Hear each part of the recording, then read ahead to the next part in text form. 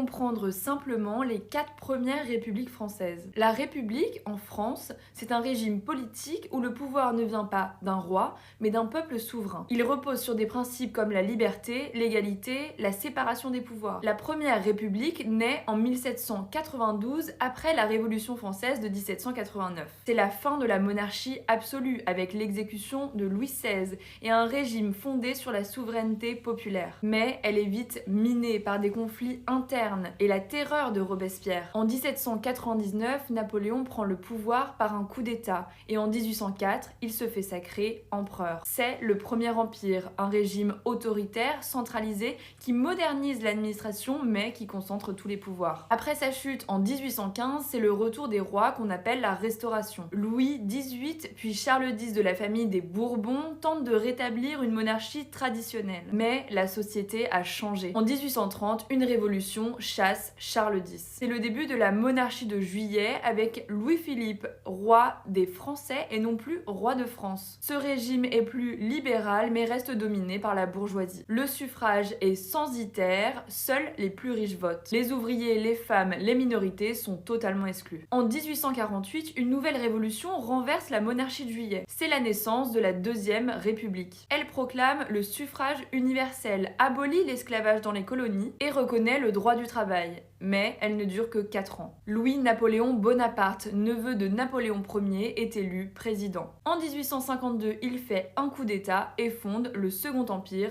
sous le nom de Napoléon III. Encore une fois, la République est interrompue. La Troisième République naît en 1870, après la défaite de Napoléon III face à la Prusse. Elle commence dans le sang avec la répression de la Commune de Paris en 1871. Mais elle s'installe durablement. Elle fonde l'école gratuite, laïque et obligatoire et instaure les libertés fondamentales. Elle dure jusqu'en 1940, mais est marquée par les instabilités politiques, les scandales, la montée des extrêmes. Et surtout, un colonialisme agressif qui nie les droits des peuples colonisés. Elle s'effondre avec le maréchal Pétain lorsqu'il collabore avec l'Allemagne nazie.